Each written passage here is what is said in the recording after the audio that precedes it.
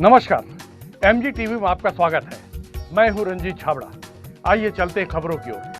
विजयदशमी पर सांस्कृतिक प्रवास में नगर पहुंचे नागरिक आपूर्ति निगम अध्यक्ष रामगोपाल अग्रवाल ने पीडब्ल्यूडी रेस्ट हाउस में प्रेस कॉन्फ्रेंस कर पत्रकारों के सवालों के जवाब दिए। इस अवसर पर वरिष्ठ कांग्रेस नेता श्री गोपाल प्रसाद शर्मा, निगम महापौर विजय दिवांगन, कांग्रेस नेता निशु चंद्राकर, मोहन लालवानी और शरद लोहाना, सिहावा विधायक डॉक्टर लक्ष्मी ध्रुव विशेष रूप से उपस्थित थे। सभी पत्रकार साथियों का मैं स्वागत करता हूं और विजयदशमी की आपको और आपके पूरे परिवार को मेरी तरफ से, मेरी पार्टी की तरफ से बहुत बहुत शुभकामनाएं। आज आप लोगों से मिलने का एक हमारे साथी ने पूछा प्रयोजन क्या है, तो क्या है कि मुझे आपके ही किसी बीच के एक साथी ने कहा कि आप आते हो तो पता नहीं पड़ता है करके, कम से कम उसकी सूचना हमें मिल जाए। तब मैंने जिलाध्यक्ष जी से निवेदन किया कि भाई मैं जो आ रहा हूं तो सभी पत्रकार साथियों को बुलाया जाए, मैं उनके साथ चर्चा करना चाहता हूं और उसके पीछे कोई विशेष कोई राजनीतिक प्रयोजन नहीं है। और बाकी जो प्रयोजन आते हैं जाते हैं चलते रहते हैं उसमें कोई बात नहीं। दूसरी चीज़ ये है कि अभी हम लोगों का सबसे बड़ा मुद्दा, अभी हम लोगों ने पदयात्रा प्रारंभ करी है। भारत जोड़ो यात्रा हमारे नेता राहुल जी कश्मीर से कन्याकुमारी की ओर बढ़ रहे हैं, तो संगठन ने निर्णय लिया है, प्रदेश कांग्रेस कमेटी ने, अखिल भारतीय कांग्रेस कमेटी के निर्देश पर, कि पूरे प्रदेश में हमारे कांग्रेस के साथी पदाधिकारी बूथ तक घर घर जाकर पदयात्रा करेंगे। और जब तक भारत जोड़ो यात्रा चलती रहेगी तब तक हर विधानसभा में, हर ब्लॉक में, हर जिले में वो यात्रा हमारे साथी भी अपना करते रहेंगे। इसी संबंध में आज मैंने सब ब्लॉक अध्यक्षों से चर्चा भी की, एक बैठक भी ली और बूथों में जाने का निर्देश हुआ। और बूथ में जाने का मतलब ये है कि हम घर में, हर घर में पहुँचे, सरकार की नीतियों को, रीतियों को घर घर तक पहुँचाएँ, जनमानस तक कांग्रेस की विचारधारा को पहुँचाएँ। यह हमारा मुख्य उद्देश्य है। और जो देश को बांटने का और तोड़ने का प्रयास हो रहा है, हम लोग जोड़ने का प्रयास कर रहे हैं। कांग्रेस ने हमेशा भारत को जोड़ा है, भारत को बनाया है और आज़ादी में सबसे बड़ी भूमिका हमारी पार्टी की और हमारे नेताओं की रही है। अब आगे आप लोगों को कोई सवाल करना हो तो मैं भारत जोड़ो अभियान में कौन है प्रभारी विधानसभा? बूथ का प्रभारी समन्वयक जो है, हमारा जो बूथ अध्यक्ष है प्रथम इकाई का, वो है। सेक्टर में सेक्टर का आदमी जो हमारा प्रभारी अध्यक्ष है वो है। जोन में जोन का प्रभारी अध्यक्ष वो है। और ब्लॉक में ब्लॉक अध्यक्ष उसका प्रभारी है। और जिला अध्यक्ष जो है, जिले में आने वाले समस्त विधानसभा, समस्त ब्लॉक का प्रभारी है। कोरा जी को क्या बनाया? उसमें आ रहा हूँ मैं। हमारे माननीय विधायक या हमारे जो प्रत्याशी रहे हैं उन लोगों को भी जवाबदारी दी गई है कि वह जिस विधानसभा से उन्होंने चुनाव लड़ा है, विजय हुए हैं चाहे पराजित हुए हैं, वह उस क्षेत्र का कार्यभार व्यवस्था को पूरा देखेंगे। तो वो भी, उनको भी प्रभारी बनाया गया है। और कुछ पर उनको भी माननीय चाहे वोरा जी हों, चाहे लक्ष्मीकांता साहू हों, चाहे लक्ष्मी ध्रुव जी हों, इन लोग हमारे जवाबदार लोग हैं, सम्मानी लोग हैं। वोरा जी हमारे वरिष्ठ हैं, उनके अनुभवों का लाभ हमको लेना है, तो उनका गरिमा के अनुकूल सम्मानजनक उनकी भूमिका पार्टी ने निर्धारित की है, जिसका हम लोग सब सम्मान करते हैं। आपके एक बयान का बहुत चर्चा हो रहा है कि बाहरी व्यक्ति को टिकट नहीं देने का पुरजोर किया जाए। नहीं, मेरे बयान को आप आधा बता रहे हैं, एक पार्ट बता रहे हैं। मेरे बयान का या तो पूरे बयान का जिक्र करो, बयान का एक पुनः आप बता रहे हो कि ये मैंने कहा है। मैंने ये कहा है कि हमारा पूरा प्रयास रहेगा हमारे स्थानीय कांग्रेस जन को यहाँ से प्रत्याशी घोषित करने के लिए हम लोग हाईकमान के सामने अपनी मांग रखेंगे और प्रयास करेंगे। तो उसमें जो बाहरी लोग अगर आके यहाँ घुसने का प्रयास करेंगे तो हम लोग अपने स्थानीय धमतरी के जो निवासी धमतरी में जन्मे पले बड़े उन लोगों को हम लोग प्राथमिकता के आधार पे हम लोगों का प्रयास रहेगा। बाकी हाईकमान जो निर्णय लेगा वो सिरोधार्य है। उसके बावजूद अगर थोप दिए जाते हैं फिर कैसे करेंगे? हाईकमान जो निर्णय लेगा सिरोधार्य है, बोलता रहूँ मैं उस बात पे। जैसे हुआ था। नहीं, मैं तो एक लाइन बोल ही रहा हूँ ना, हाईकमान जो निर्णय लेगा उससे बाहर कोई कांग्रेस जन नहीं है। हमारा प्रयास मांग करना हमारा तो नैतिक अधिकार है, वो हम लोग करेंगे। बाकी निर्णय पार्टी जो करेगी वो। ये आपकी दावेदारी रहेगी कि नहीं रहेगी? मेरी बिल्कुल दावेदारी नहीं रहेगी, मैं क्लियर कर दिया हूँ। हाईकमान देगी टिकट तो? ऐसा है, मैं एक विधानसभा में बंद के नहीं रहना चाहता। नहीं, पहली पार्टी चीज, का आदेश। अब सुन लीजिए, पार्टी का आदेश दी, करो। पार्टी मेरी भी इच्छा पूछेगी ना, जी। पार्टी मेरी भी इच्छा पूछेगी। पार्टी कोई एकदम से थोपती नहीं है, हमारे यहाँ लोकतांत्रिक प्रक्रिया है, हिटलरशाही नहीं है हमारी पार्टी में। पार्टी सामने वाले की भी इच्छा पूछती है, आप लड़ना चाहते हैं नहीं लड़ना चाहते। मैं धमतरी के प्रेस के सामने उस दिन भी कहा था, आप लोग शायद कुछ लोग नहीं आएंगे, कि मैं विधानसभा चुनाव का दावेदार नहीं हूँ, मैं विधानसभा चुनाव का प्रत्याशी नहीं हूँ। कोई भी मेरा साथी मुझे अपना प्रतिद्वंदी ना समझे, मैं पार्टी की सेवा करूँगा। और यहाँ से उसी तारतम्य में मैंने कहा था कि यहाँ के लोगों को टिकट मिले, इसका मेरा प्रयास रहेगा। और मैं जिले की तीनों सीटों में कांग्रेस को लाने के लिए पूरी ताकत लगाऊंगा, चाहे वह कुरुद हो, नगरी हो, चाहे धमतरी हो।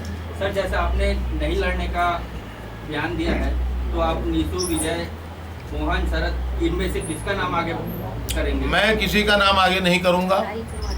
हाईकमान सक्षम है, कौन वहाँ लड़ने के लिए उपयुक्त है। पार्टी की एक टिकट देने की प्रक्रिया है, सर्वे होता है, पूरा यहाँ की समीक्षा होगी। जिसका भी नाम सर्वे में आएगा, जो जीतने योग्य होगा, पार्टी उसको टिकट देगी। मेरा कैंडिडेट के रूप में मैं कोई भी पक्षकार नहीं बनूंगा। ये एक पर जैसे सामरिक लाइफ में या राजनीतिक लाइफ में कोई आदमी आ जाता है, तो उसमें एक निर्णय जो है एक बहुत बड़े वर्ग को प्रभावित करता है। तो आपका यह निर्णय जो है बहुत बड़े वर्ग को प्रभावित कर रहा है, कांग्रेस का। वो कैसे प्रभावित कर रहा है? क्योंकि बहुत से लोग चाहते हैं कि आप विधायक रूप में या मंत्री रूप में हमें प्राप्त हो। मैं आपकी बात, लेकिन आप एक व्यक्तिगत निर्णय जो है एक इतने लोगों के साथ अन्याय कर रहे हैं। नहीं, मेरा ये निर्णय व्यक्तिगत निर्णय नहीं है। मैंने आपको आज व्यक्तिगत निर्णय नजर आ रहा है। यह निर्णय मेरी पार्टी हित में निर्णय है। पार्टी के अंदर जो मेरी भूमिका है, मेरे ऊपर पार्टी ने जो जवाबदारी दी है, पार्टी ने जो मुझे मान सम्मान दिया है, तो उसके लिए मैं एक विधानसभा में बंद के नहीं रह सकता। ये धमतरी के प्रति भी आपको कोई कर्ज है? धमतरी की माटी के प्रति कोई फर्ज है आपका? नहीं, फर्ज है ना, फर्ज मैं कहीं भी नहीं चुक रहा हूँ, ना चुकूंगा। उसके लिए कहीं भी उसमें मैं पीछे नहीं रहूँगा। धमतरी के प्रति जो मेरी जवाबदेही है, उसके प्रति मैं, मेरा परिवार और पार्टी के प्रति जो जवाबदेही है, उसमें मैं हमेशा उपलब्ध रहूँगा, तत्पर रहूँगा। और क्या है कि मैं अपना दायरा जो मेरा है, मैं कोई अपनी तारीफ नहीं कर रहा हूँ, क्योंकि पार्टी ने कई जवाबदारियां मुझे दे रखी हैं। तो मैं चुनाव के समय विशेषकर एक विधानसभा में बंद के रहना, पार्टी के साथ मेरे द्वारा किया गया न्याय नहीं होगा। तो ये स्वयं निर्णय मैंने लिया है अपना, और मुझे कोई इसके लिए बोला नहीं है, और ना मुझे कहीं से दबाव है। और मैं, ये मेरा स्वस्फूर्त निर्णय है कि मैं इस संगठन के माध्यम से, संगठन का आदमी हूँ, संगठन का काम करूँगा। सत्ता के लोग सत्ता का काम करते रहेंगे। पार्टी ने बहुत मान सम्मान, इज्जत, रसूख, रुतबा सब कुछ दिया है। भैया, आप प्रदेश स्तर के नेता हैं, आपने कहा कि बाहरी लोगों को टिकट यहाँ नहीं देने के लिए अपन पार्टी में बात रखेंगे। क्या ये मुद्दा जो ये बातें हैं पूरा प्रदेश के लिए लागू होगा कि अपने डिस्ट्रिक्ट को धमतरी? ऐसा है, जिस दिन मैंने ये बात कही थी, तो आपके जैसे किसी एक साथी ने एक सवाल किया था। उस सवाल के तारतम्य में मैंने ये कहा था कि हमारा प्रयास रहेगा। उसके बाद भी हाईकमान जो निर्णय लेगा तो हमको सिरोधार रहेगा, क्योंकि मैं तो प्रयास में, देखिए, मैं तो समर्थन उसी को करूंगा जो धमतरी का मूल निवासी होगा। नहीं, ये धमतरी और मैं बहुत स्पष्ट कर दूं, पर किसी का विरोध नहीं करूंगा। उसके बाद पार्टी अगर किसी को प्रत्याशी बनाती है तो स्वागत है उसका, कोई दिक्कत नहीं। नहीं, समर्थन मेरे, देखिए, मैं कुछ नहीं हूँ, हम हैं, मैं कुछ नहीं हूँ। हम जो बैठे हैं वो हम लोगों की ताकत है, मेरी कोई ताकत नहीं है अकेले की। अगर बाहरी व्यक्ति को मिला तो क्या भी उसके समर्थन में आप लोग रहोगे? कांग्रेस का जो अधिकृत प्रत्याशी रहेगा उसके समर्थन में पूरी ताकत लगा के उसको हम लोग पिछले जिताएंगे। समय जैसे बगावत हुई थी, पिछले समय बगावत हुई, उस समय की परिस्थितियां कुछ और थी, जरूरी नहीं वो परिस्थितियों की पुनरावृत्ति हो, और इस समय ये चीज़ नहीं आएगी, वो चीज़ का हम लोग विशेष ध्यान रखेंगे। पदयात्रा कब से शुरू हो रही है? पदयात्रा कब से शुरू? पदयात्रा 2 तारीख को सिंबॉलिक हम लोगों ने चालू कर दी है। अब चूँकि त्यौहार वगैरह का समय है, दीपावली है, अभी दशहरा था, नवरात्रि थी, सब अपने अपना कोई उपवास है, ये है, तो पदयात्रा अभी 5 महीने का निरंतर प्रक्रिया है। तो बीच में गैप कर करके हर ब्लॉक अध्यक्ष जो अपनी सुविधा अनुसार उसका कैलेंडर बनाएगा, उसके हिसाब से यात्रा को हर बूथों में जाएगा उसके। सर, आप नागरिक आपूर्ति निगम के अध्यक्ष हैं, मगर आपके ही जिले के लोग ऑर्डर युक्त घटिया चावल खाने के लिए क्यों मजबूर हैं? नहीं, तो ऐसा कोई सैंपल है, मेरे संज्ञान में चीज़ें बात नहीं आई है, ला के दें, मैं निश्चित तौर पर उस पर कड़ी कार्रवाई करूँगा, और जो भी अधिकारी कर्मचारी उसमें दोषी होगा या मिलर दोषी होगा, उस पर कार्रवाई की जाएगी।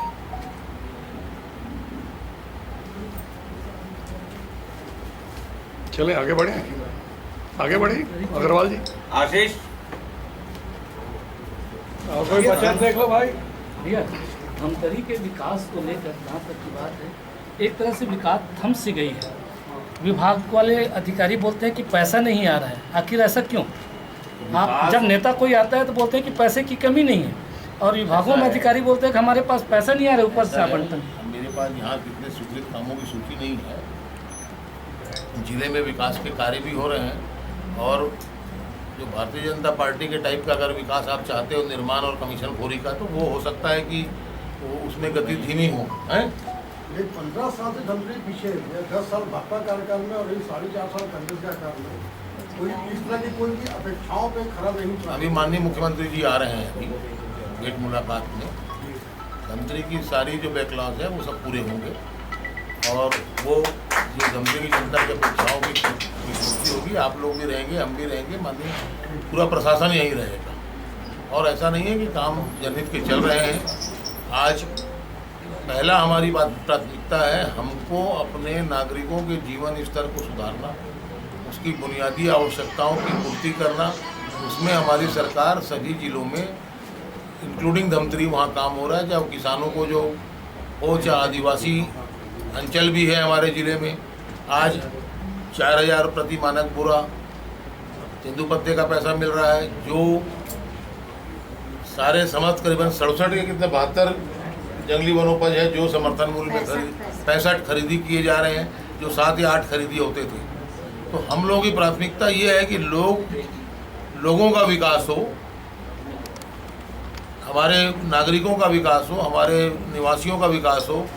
आज किसानों का कर्जा माफ़ हमने किया, बिजली बिल हाफ किया, सिंचाई कर करीबन 400-450 करोड़ से आसपास सिंचाई कर माफ़ हुआ, 3000 करोड़ से ऊपर का बिजली बिल हाफ का जो सब्सिडी दी गई, 10,000 करोड़ से ऊपर का कर्जा माफ़ किया गया, और 17,000 करोड़ रुपया समर्थन मूल्य और राजीव गांधी किसान न्याय योजना के अंतर्गत का लाभ इस प्रदेश के किसान भाइयों को मिल चुका है, अभी तक उनके पॉकेट में जा चुका है सीधे। तो आप भूमिहीनों को जो राजीव गांधी भूमिहीन श्रमिक न्याय योजना के तहत में जो 7,000 रुपये मिल रहा है, उसका लाभ मिल रहा है, तो सभी वर्गों को, और ये सब लाभ का आम नागरिक शहर अंचल के उनको भी मिल रहा है इसका लाभ। आज अर्थव्यवस्था प्रदेश की जो नहीं डगमगाई है कोरोना काल विपरीत परिस्थितियों में भी, तो सरकार ने खरीदार की जेब में पैसा डाला है, वह पैसा मार्केट में आया है, व्यापारी वर्ग भी उससे लाभान्वित हुआ है। चाहे ऑटोमोबाइल्स का क्षेत्र हो, चाहे किराने का क्षेत्र हो, चाहे कपड़े का हो, चाहे पंप हो, चाहे मोटरसाइकिल हो, सभी की बिक्री बढ़ी है, कम नहीं हुई है कोई चीज़ की। तो दिख रहा है कि प्रदेश खुशहाल और विकासशील है, और उसमें धमतरी जिला भी आता है। अब आप कोई सड़क और ये और वो बोल रहे हैं, तो वो भी आपको दिखने लगेगा। विकास का मापदंड वो लोगों में क्या है, जो दिखता है वो लग रहा है, पर हमको प्राथमिकता जो है, भारत सरकार ने हमारे लाखों करोड़ रुपया रोक के रखे हैं कोरोना काल की विषम परिस्थिति में। उसके बाद में अर्थव्यवस्था का जो प्रबंधन माननीय मुख्यमंत्री जी ने किया है, बड़े कुशलता से, राज्य आर्थिक संकट में नहीं गया है।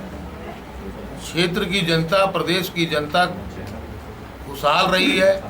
आज स्वास्थ्य के क्षेत्र में जितनी योजनाएं चल रही है, दाई दैनिक क्लिनिक, हाट बाजार क्लिनिक, स्लम का भी है, शहरी स्लम स्वास्थ्य शहरी स्लम योजना। उसके अलावा अपना स्वामी आत्मानंद इंग्लिश स्कूल अब हिंदी में भी चालू हो रहा है, मोहल्ला क्लिनिक, तो ये राजीव मितान योजना। तो आज ये सब योजनाएं जो चल रही हैं किन के लिए है? जनता के विकास के लिए। हमको जनता का विकास करना है, क्षेत्र का विकास अपने आप हो जाएगा। जब जनता सुदृढ़ हो जाएगी ना तो खुशहाली आपको दिख रही है, नहीं दिख रही है। मैं तो बस्तर के सुदूर अंचलों में होकर आया हूँ, मैं तो बस्तर के उन इलाकों में होकर आया हूँ, हर ब्लॉक मुख्यालय में गया हूँ बस्तर के में, और वहाँ मैंने बैठक ली है पेड़ के नीचे बैठ के। सर लेकिन रेलवे का प्रोजेक्ट लेकिन 2025 में पूरा करना है, इसके पहले क्या वहाँ के प्रभावितों को सरकार व्यवस्थापन कराएगी? कौन सा रेलवे का प्रोजेक्ट को 2025 में, कौन सा प्रोजेक्ट को रेलवे का? बड़ी रेल लाइन का, तो वहाँ के वो उसका जवाब मैं नहीं दे पाऊंगा। उसका जवाब भारत सरकार से, माननीय सांसदों से पूछिए, केंद्रीय मंत्रियों से पूछिए, और भारतीय जनता पार्टी कल से यहाँ चिंतन शिविर कर रही है, वहाँ जाके इस सवाल को सर उसका व्यवस्थापन की प्रक्रिया तो नगर निगम कर रही है, नगर निगम नहीं, आपकी सरकार है। व्यवस्थापन जो करेंगे भारत सरकार से, उसका क्या प्रक्रिया है? नगर निगम कर रही है, लेकिन रेलवे कुछ नहीं कर रही है। अब नगर निगम ही बनाई नहीं है, हाँ। तो इनको चाहिए कि रेलवे से व्यवस्थापन ले। अभी नगर निगम में सुविधा नहीं है, हम पीछे भी नहीं हट रहे, जिस दिन बनेगा देंगे, लेकिन यदि अभी तुरंत इनको करना है तो व्यवस्थापन उनका करें या मुआवजा दे दे। अभी मुआवजा कौन देगा? मुआवजा कौन देगा? मुआवजा कौन देगा? रेलवे मुआवजा कौन देगा? पैसा आएगा तभी तो देंगे। ये नगर निगम व्यवस्थापन कब करेगा? जब आज किसी का भी भाई का घर है, उसको वहाँ से हटाओगे। पेज वैसा नहीं है सर, पेज ऐसा है जिस ठेकेदार को काम मिला है वो काम छोड़ के चले गया है और 287 मकान आधार में लटक ये गया है। ठेकेदार को नियुक्त किसने किया था?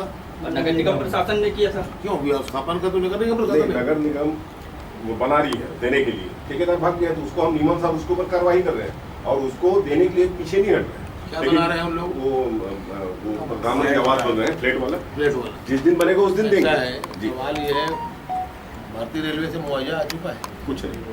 नगर निगम को 1 रुपया उनके तरफ से कोई सहयोग नहीं मिला है। ये व्यवस्था के तहत चलिए, हमारे शहर के लोग हैं और हमारे धमतरी शहर में अच्छा काम होगा करके नगर निगम कम से कम भारतीय जनता पार्टी के लोगों से पूछो इस सवाल को कि यहाँ जो व्यवस्थापन 2025 तक का प्रोजेक्ट है, सुनो पूरी मेरी बात सुन लो। आपने सवाल कर दिया, मैंने जवाब सुन लो कि कोई प्रक्रिया होती है व्यवस्थापन की। कोई अपना घर छोड़ के जा रहा है तो उसका मुआवजा संबंधित सरकार देती है, चाहे राज्य सरकार दे चाहे केंद्र सरकार दे। क्योंकि ये केंद्र का प्रोजेक्ट है तो इसका मुआवजा केंद्र सरकार उपलब्ध कराएगी। केंद्र सरकार को चाहिए कि अभी तक ये मुआवजा राज्य सरकार के माध्यम से नगर निगमों को उपलब्ध करा देना था। जो नहीं कराया है तो ये सवाल उनसे पूछा जाए और निश्चित तौर पे उसके बाद व्यवस्थापन की प्रक्रिया अगर राज्य सरकार सहयोग नहीं करती है, नगर निगम राज्य सरकार की ही नोडल एजेंसी है। एक प्रकार से नगर निगम नगर की सुविधा देने के लिए है। कोई भारत सरकार का प्रोजेक्ट आ गया और उसके लिए भी उसको अधिकृत करती है तो वो क्रियान्वयन करेगी, पर उसके लिए समुचित धनराशि उपलब्ध उसको होगी तभी तो करेगी ना। सर केंद्र सरकार की ओर से पीएम आवास के लिए तो उनका स्वीकृत हो चुका है, 287 मकान 70% भी बन गया है। आखिरी पेज लगा हुआ है इसमें। उसमें ये है कि वो जो हम लोग व्यवस्था के तहत उस क्राइटेरिया में आते हैं रेलवे वाले, लेकिन चूंकि रेलवे बनाना है करके उसको एक व्यवस्था के तहत उनको दिया जा रहा है, मतलब उसमें हम लोग बाध्य नहीं है, रेल का काम हो इसलिए दिया जा रहा है। मेरा जानना यही है सर कि मानवीय आधार मानवीय आधार पे वहाँ के व्यवस्थापन हो पाएगा कि नहीं? तो हो पाएगा उसको रेलवे से भी पूछो ना। उसको मैं जो बोल रहा हूँ रेलवे से ही पूछो ना, सारा सवाल हम ही से पूछोगे। केंद्र सरकार की योजना है, सुनिए, ये योजना केंद्र सरकार की है, इसके लिए उत्तरदायी राज्य सरकार नहीं है, केंद्र सरकार उत्तरदायी है। केंद्र सरकार से इस सवाल को पूछे, केंद्र सरकार इसके लिए जवाबदेही अपनी उसके ऊपर निश्चित करो जवाबदेही। मानवीय आधार पे कुछ मदद अच्छा करिए। महोदय कि मानवीय आधार आपके जनप्रतिनिधि इतने एक्टिव हैं कि उनको एक तरह से कार्यों को लेकर के, जहाँ तक की बात है कि प्रत्येक सप्ताह 400 से 500 लोग कलेक्ट्रेट में अपनी समस्याओं को लेकर आते हैं। जब एक्टिव हैं तो आखिर उन तक प्रशासन तक समस्याएं क्यों पहुँच रही? छोटी छोटी बड़ी समस्याएं, सभी प्रकार की समस्या पहुँच रही और समस्याओं का शायद निदान नहीं हो पा रहा है। इसी कारण संख्या लोगों की बढ़ रही, या फिर उनके उम्मीदों पर सरकार या प्रशासन पूरा नहीं कर पाती। समस्याओं का अंत कभी होता नहीं है। समस्या आना और समस्याओं का निराकरण होना ये निरंतर चलने वाली प्रक्रिया है और जिला प्रशासन के पास में, राज्य शासन के पास में हजारों की संख्या में रोज आते हैं। इसका मतलब ये नहीं है कि राज्य शासन से कोई चीज़ों का निराकरण नहीं हो रहा है। आज किसी को कोई समस्या आ गई किसी स्वास्थ्य की अचानक, वो जाएगा जिला प्रशासन के पास जाएगा, CMHO के पास जाएगा, स्वास्थ्य मंत्री जी के पास जाएगा, मुख्यमंत्री जी के पास जाएगा, स्थानीय जनप्रतिनिधि के पास। इसका मतलब ये नहीं है कि लोगों की समस्याओं का निराकरण नहीं हो रहा। वहाँ राज्य सरकार में भी ओपन हाउस है, जिसको समस्या के लिए बाकायदा सेल बना हुआ है। कोई भी समस्या आती तत्काल उसका निराकरण होता है, उसकी मॉनिटरिंग होती है। ये चीज़ नहीं, पर समस्या का अंत नहीं है। आज अपन कोई चीज़ को कर छोटी जैसे समस्या भी है कि स्कूल में एकल शिक्षक व्यवस्था है, ज़्यादातर मामले नगरीय क्षेत्र से आते हैं, सड़क को लेकर के आते हैं, स्कूल के मामले को लेकर के आते हैं, तो ये तो समस्या है ही ना। होगा और हो भी रहा है, ऐसा नहीं है कि कोई आप पर्टिकुलर एक समस्या को लेकर बैठ जाएंगे तो उसका अभी मेरा को जवाब देना संभव नहीं रहेगा, इसका डाटा मेरे पास अभी नहीं है।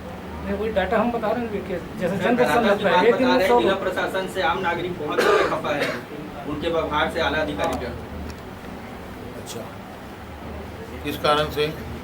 जो भी फरियाद लेके जाते सीधे मुंह बात नहीं करते। ऐसा तो पहली बार सुन रहा हूँ मैं, फिर भी मैं इसका पता लगाऊंगा भाई। जिला प्रशासन को निर्देश देने के लिए मैं तो अधिकृत नहीं हूँ, पर मैं इसको पता लगा के एप्रोप्रिएट लेवल पे इस बात को पहुँचाऊँगा अगर सही पाया जाता है तो। नहीं, अपने अग्रवाल जी का 3 सीट जीतना है, लेकिन नगरीय क्षेत्र सिहावा क्षेत्र की बहुत शिकायतें आ रही हैं। हालांकि ऐतिहासिक जीत थी उनकी 45,000 की, तो संभावनाएं उल्टी होने की भी चर्चा है। शिकायतें जिनकी आ रही है वो इनकी लोकप्रियता से घबरा के झूठी शिकायतें कर रहे हैं। हमारी विधायक बताइए मेरे को। क्या है कि कोई स्पेसिफिक शिकायत हो तो आप विधायक जी से मिल लेंगे, है ना। पर ये क्या है कि अपन ओपन ऐसा कोई पासा मत देखो, है ना।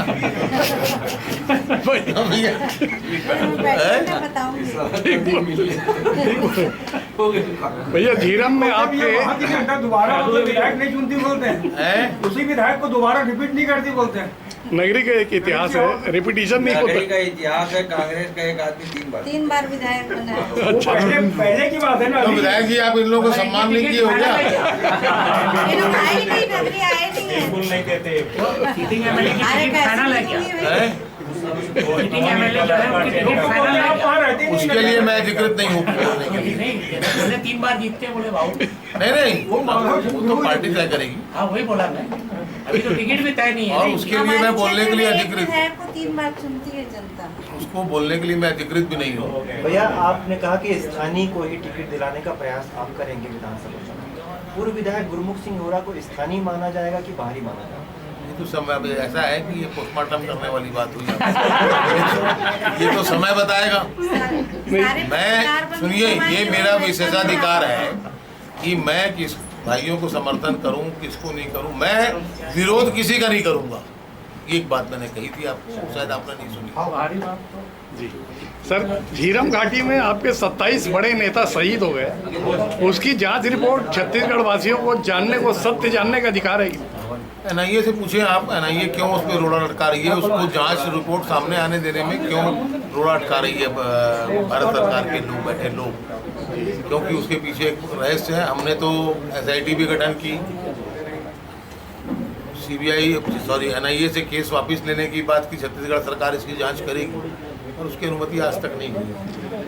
अभी सड़कों को लेके और धूल उड़ने को लेके बहुत ज़्यादा परेशानी है, तो क्या माने कि बरसात के बाद सब कुछ ठीक हो जाएगा? बिल्कुल ठीक होगा ना। बरसात में सड़क उखड़ती है, जो सड़कें बनी हैं भारतीय जनता पार्टी के कार्यकाल गारंटी पीरियड की सड़कें हैं जी, है ना। ये प्लास्टिक बंदी को लेके थोड़ा सा असंतोष भी स्वर इसका है। अब नियम के तहत जो होगा वो कार्रवाई होगी यार। 2 मिनट अभी लेते हैं एक छोटा सा ब्रेक। आप देखते रहिए MG TV, क्योंकि खबरों का सिलसिला यहाँ थमता नहीं।